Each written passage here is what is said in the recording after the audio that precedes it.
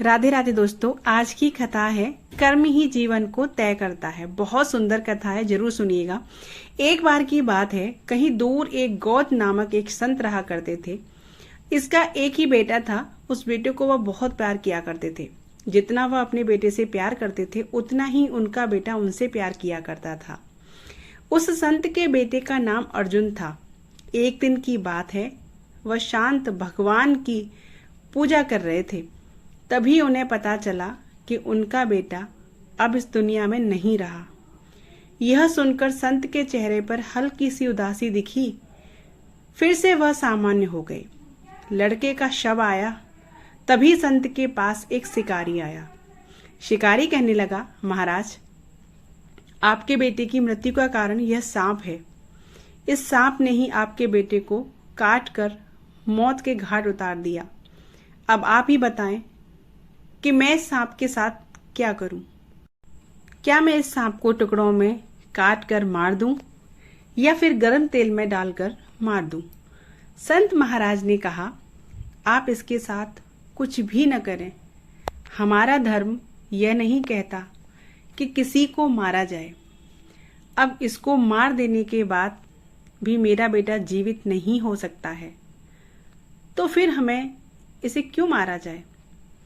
इसको जो अच्छा लगा उसने वह किया। संत और शिकारी की बात को सुनकर सांप भी इंसान की भाषा में बोल उठा।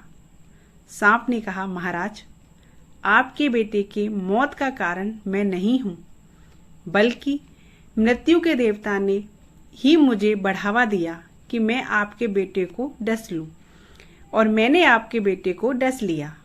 अभी इसकी बात हो ही रही थी, तभी मृत्यु देवता भी वहां आ गए। मृत्यु देवता ने कहा, किसी के मौत का कारण मैं नहीं होता हूं। आपके बेटे की मौत का कारण भी मैं नहीं हूं। मुझे तो काल ने आदेश दिया कि आपके बेटे की जान लिया जाए, इसलिए मैं सांप को डसने के लिए बढ़ावा दिया। इसमें न तो सांप दोषी है और न ही मैं। काल के अनुसार ही यह धरती चलती है।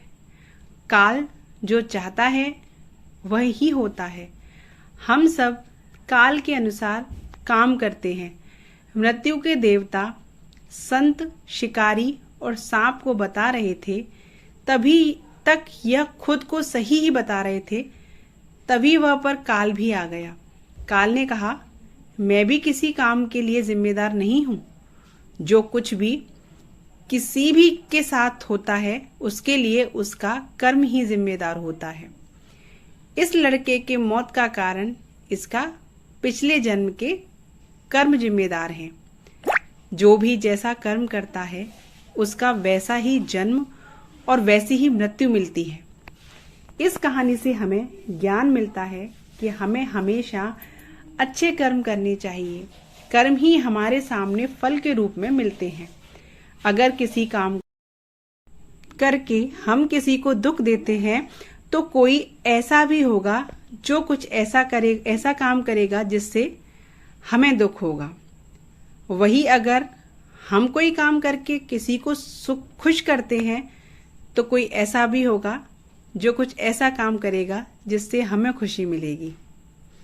दोस्तों, आज की कथा से आपको क्या शिक्षा मिलती है? आज की कथा आपको कैसी लगी, हमें कमेंट बॉक्स में जरूर बताना। अगर आप हमारे चैनल पर नए आए हो तो प्लीज सब्सक्राइब कीजिए, कहीं